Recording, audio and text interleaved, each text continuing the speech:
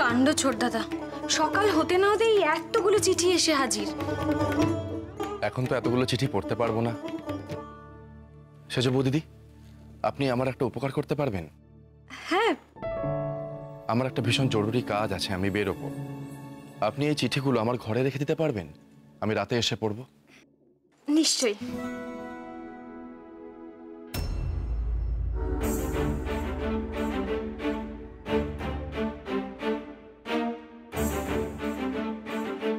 ছোট দাদা, রাতে মানে তুমি দুপুরে বাড়ি ফিরবে না? মানে বাড়িতে খাবে না? সেজ বৌদিদি, আমার মনে হয় না আমি দুপুরে ফিরতে পারবো। আপনারা কিন্তু কেউ আমার জন্য না খেয়ে বসে থাকবেন না, আমার খুব খারাপ লাগবে তাহলে। সুবি, সুবি, দিন দিন তো শরীরের অবস্থা আরো খারাপ হচ্ছে। এই অবস্থায় তুই বাইরে যাবি বলছিস, দুপুরবেলা বাড়িতেও ফিরবি না। তার মানে এটা বুঝে নেওয়া খুব সহজ যে পেটে কিছুই পড়বে না। তোমাকে নিশ্চয়ই মেজ বৌদিদি আমার স্বাস্থ্য পরীক্ষা করতে বলেছেন।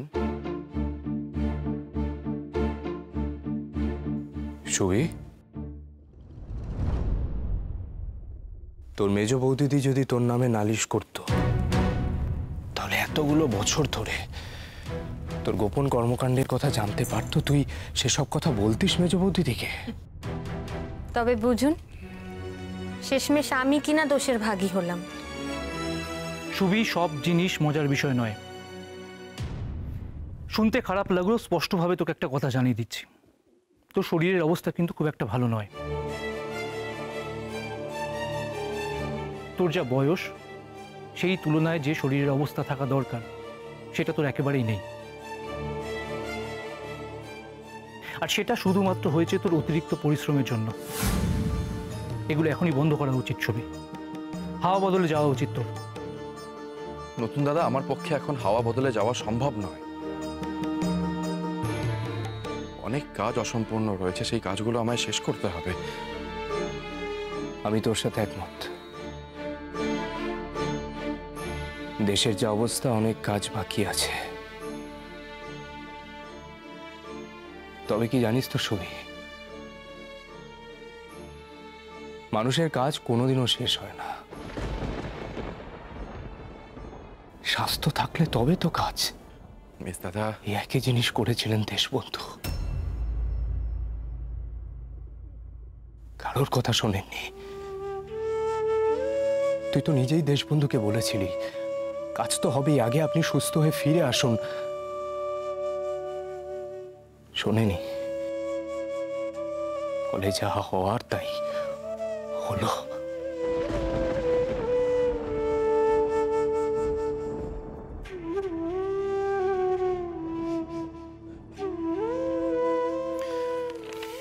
মেজ দাদা, তোমার আমার সাথে এক জায়গায় যাওয়ার কথা ছিল না? ওই কাজটা না হলে কিন্তু বাকি কাজগুলো এগোতে পারবো না। আমি তৈরি হয়ে আসছি, বেরোতে হবে।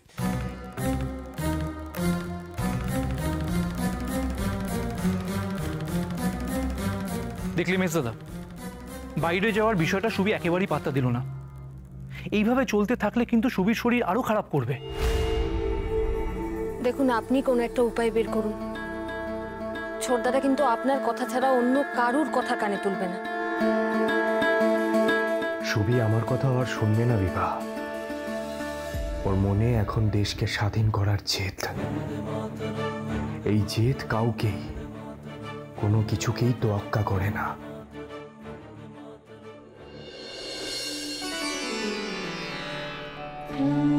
হরিজন ফান্ডের জন্য আপনি যত অর্থ সংগ্রহ করেছিলেন সবেতে আছে। আমি ধরছি। धन्यवाद सुभाष, पर सिर्फ रुपए नहीं सुभाष, यहाँ से और बहुत कुछ लेके वापस जाऊंगा मैं। जो ज्ञान, जो स्नेह मुझे यहाँ से मिली है, उसका तोल रुपयों में नहीं हो सकता। গান্ধীজি, আপনি এখান থেকে কোথায় যাবেন? सारा देश मेरा घर है बेटा। जहां मन चाहे चला जाऊंगा। বেশ, আমি কিন্তু আপনাকে চিঠি লিখব। जरूर जरूर लिखना, मैं इंतजार करूंगा और जवाब भी लिखूंगा तुम्हें। शरद, तुम्हारे बेटे जैसे नौजवानों की सख्त आवश्यकता है इस देश को। আমিও তাই মনে করি গান্ধীজি। আন্দোলন প্রবীণরা শুরু করলেও সে আন্দোলন যদি নবীনদের মনে জায়গা না করে নিতে পারে, সে আন্দোলনের কোনো ভবিষ্যৎ থাকে না। सही बात। বাপু, আপনার ট্রেনের সময় হয়ে আসছে। আমার মনে হয় আর আমাদের দেরি করা উচিত হবে না। আপনাকে মেজদাদা স্টেশনে পৌঁছে দিয়ে আসবেন। আমাকে একটা সমাবেশে যেতে হবে, তাই আমি আপনার সাথে স্টেশনে যেতে পারছি না। कोई बात नहीं सुभाष,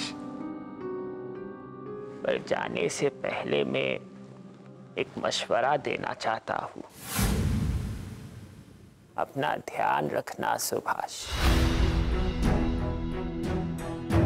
अभी और बहुत कुछ देना है तुम्हें इस देश को।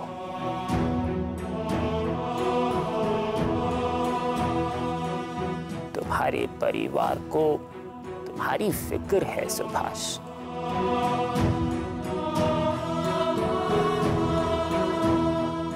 देश का काम तो करना ही पड़ेगा सुभाष।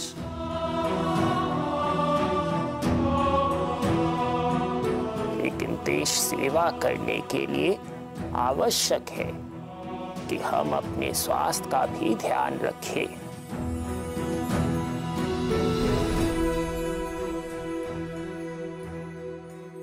देशबंधु एक सच्चा देश सेवक था, बस देश की सेवा करते करते अपना ध्यान रखना भूल गया। तुम उसकी गलतियां मत दोहराना सुभाष, कतई नहीं।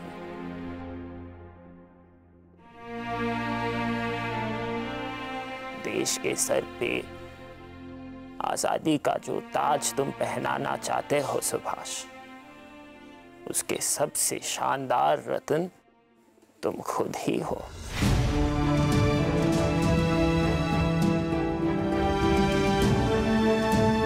और जौहर भी तुम ही हो सुभाष।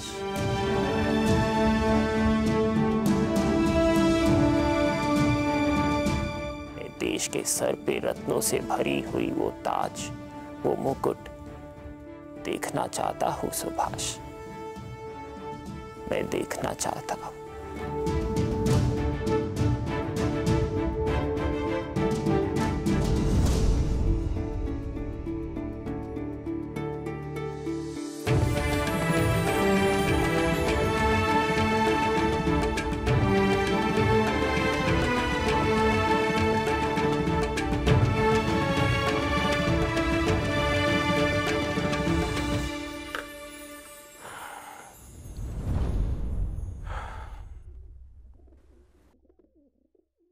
প্রতাপবাবু, যে বিষয়টা আপনাকে বলার, আমাদের কাছে পাক্কা খবর ছিল যে গান্ধীজি ট্রেনে উঠেছেন। তাতে আমাদের বিশেষ কোনো সুবিধা হবে না শিবেনবাবু। আমার ধারণা কোথাও না কোথাও সুভাষ গান্ধীজিকে অন্ধকারে রাখার চেষ্টা করছে। না, কোনো মতে সুভাষ গান্ধীজির বিরোধিতা করতে পারে না, বরং আমার মনে হয় যে নিশ্চয়ই সুভাষের দ্বিতীয় কোনো পরিকল্পনা রয়েছে।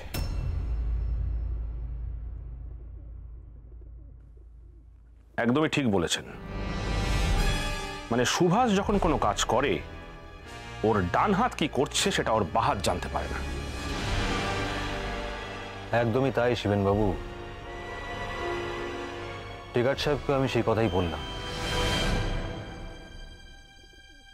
উনি মনে করেন যে যারা সুভাষের অনুগামী রয়েছে তারাও চায় যে সুভাষ তার নীতি বদল করুক।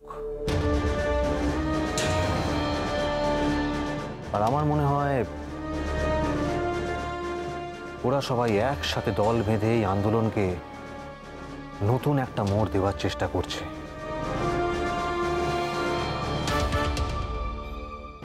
একদম ঠিক বলেছেন প্রতাপবাবু। গান্ধীজি শহরে ছিলেন, তাই সুভাষ মিছিলের উপর ফুল ছুঁড়েছিল। তবে এবার কিন্তু ওরা কর্মকাণ্ড বাড়াবে। অলরেডি আপনার উপর গুলি চলেছে, আপনাকে খুন করার চেষ্টা করা হয়েছে।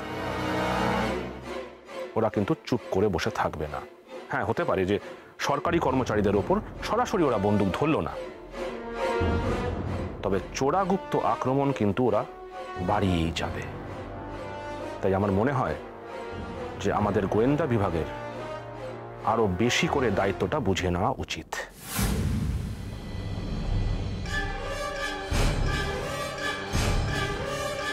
প্রতিবার সুভাষকে গ্রেপ্তার করা হচ্ছে আর উপযুক্ত প্রমাণের অভাবে সুভাষ ছাড়া পেয়ে যাচ্ছে। একবার শিবেনবাবু, একবার যদি প্রমাণ সহ সুভাষকে গ্রেপ্তার করতে পারি না, তাহলে ওকে আমি ফাঁসিতে ঝোলাবই।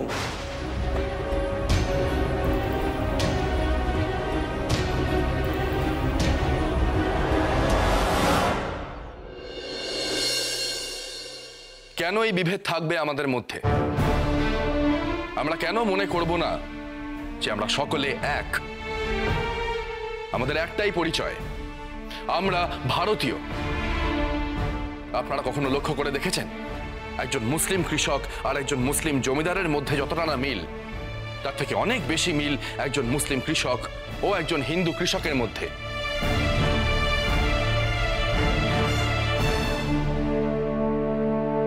তাহলে আসল বিভেদটা কোথায়? আসল বিভেদ তো ধর্মে ধর্মে নয়, আসল বিভেদটা হলো অর্থনৈতিক অবস্থায়। আর কিছু মানুষ এইটারই ফায়দা লুটছে। অর্থনৈতিক অবস্থা ভুলিয়ে রাখার জন্যই মানুষকে ধর্মের মোহে আচ্ছন্ন করে রাখা হচ্ছে। আমাদের প্রাথমিক কাজ হলো এই সব মানুষগুলোর কাছে পৌঁছানো। তাদের অর্থনৈতিক স্বার্থ কোথায় নিহিত রয়েছে সেইটা তাদের বোঝাতে হবে। আমার দৃঢ় বিশ্বাস, একবার যদি ওরা আমাদের কথাটা বুঝতে পারে, তাহলে আর ওরা নিজেদেরকে ঘুঁটি হিসেবে ব্যবহার করতে দিতে রাজি হবে না।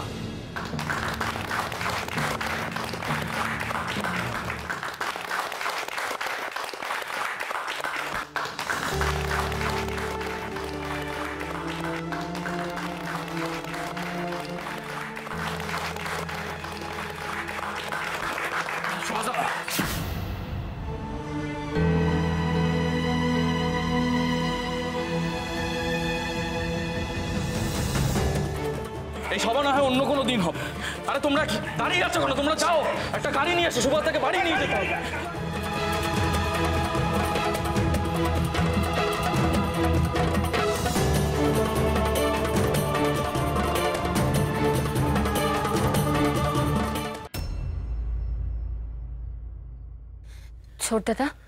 ছোট দাদা আর একটু জল খাবে? আমাকে দিন। নতুন কাউকে আরেকবার খবর দেবো বাবা? সে কি শিশির, তুমি সুনীলকে এখনো জানাওনি সুভাষ অসুস্থ হয়ে পড়েছে? যাও শিগগিরই যাও। তাড়াতাড়ি যাও শিশির। ওই তো, অত ব্যস্ত হবার কিছু তুই হয়নি। চুপ করে বস সুবি। তুমি বিশ্রাম করো। সুবি, সুবি,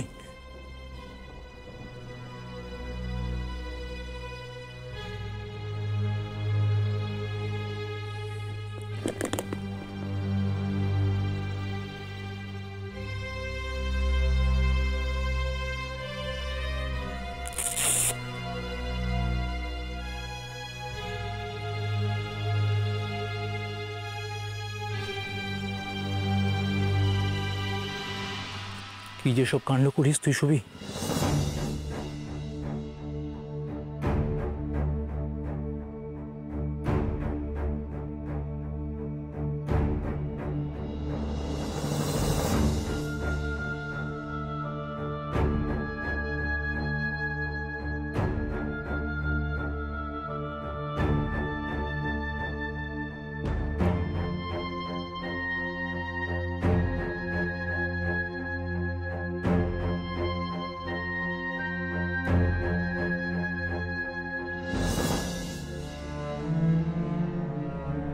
প্রেশারটা প্রচন্ড বেড়েছে।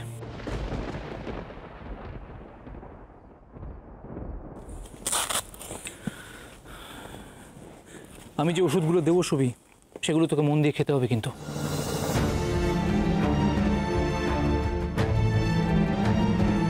মেজো বৌদি, আজ থেকে শুবির খাবারে একটু নুনটা কম দেবেন।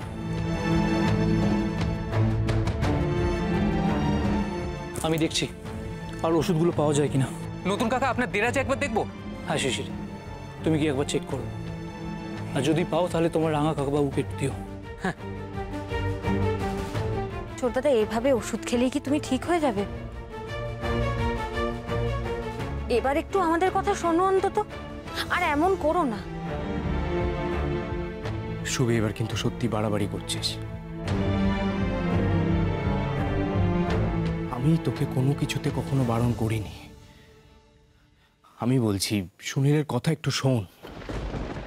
দেখ শুভি, আমরা খুব ভালো করেই জানি যে তুই দেশের স্বাধীনতার স্বপ্ন দেখতে দেখতে বড় হয়েছিস, কিন্তু আমি তোকে বলে রাখছি শুভি, তুই যদি আমার কথা না শুনে চলিস তাহলে তুই এই স্বাধীন দেশ কোনোদিনও দেখতে পাবি না।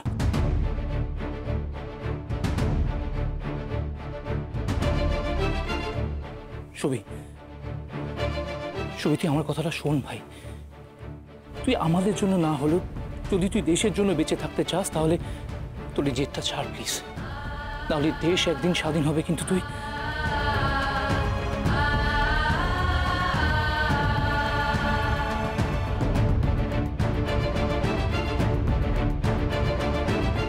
শুভি, গান্ধীজি তোকে বোঝালে,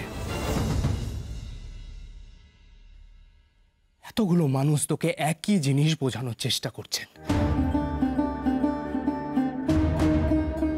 তোর কি মনে হচ্ছে না এতগুলো মানুষের মধ্যে একজন হলেও ঠিক কথা বলছে? তোর মনে হচ্ছে না তোর হাওয়া বদলে যাওয়া দরকার? ঠিক আছে, আমি মেনে নেব তোমাদের কথা, কিন্তু হাওয়া বদল মানেই যে আমার কাজকর্মগুলো বন্ধ হয়ে থাকবে তা হবে না। বিশ্রাম নেব, কিন্তু আমার কাজগুলো আমাকে চালিয়ে যেতে হবে। আচ্ছা বেশ, তোমার যা মন চায় তুমি তাই করো ছোটদাদা, কিন্তু বিশ্রাম আর যত্নটার তোমার যে খুব প্রয়োজন ছোটদাদা।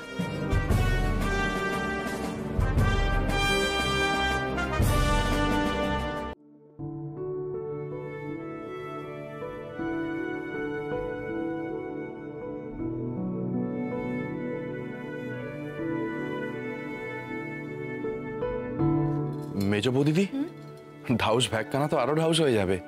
আর কত জিনিস দেবেন? একটু বেশি জিনিস থাকলে তো অসুবিধা নেই, দেখবে ঠিক ব্যবহার হয়ে যাবে। বরং কম থাকলে তখনই অসুবিধায় পড়তে হয়। কিন্তু আমার বইগুলো কোথায় নেব? বই? হ্যাঁ। কই, সে ফর্দ তো তুমি আমায় দাওনি, তাহলে সেটা দাও। ফর্দ তৈরি আছে, দাঁড়ান। এই যে নিন।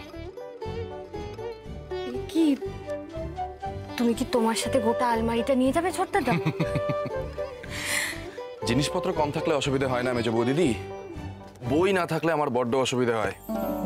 পারো বটে তুমি, দাও আমি গুছিয়ে দিচ্ছি। রাঙা কাকা,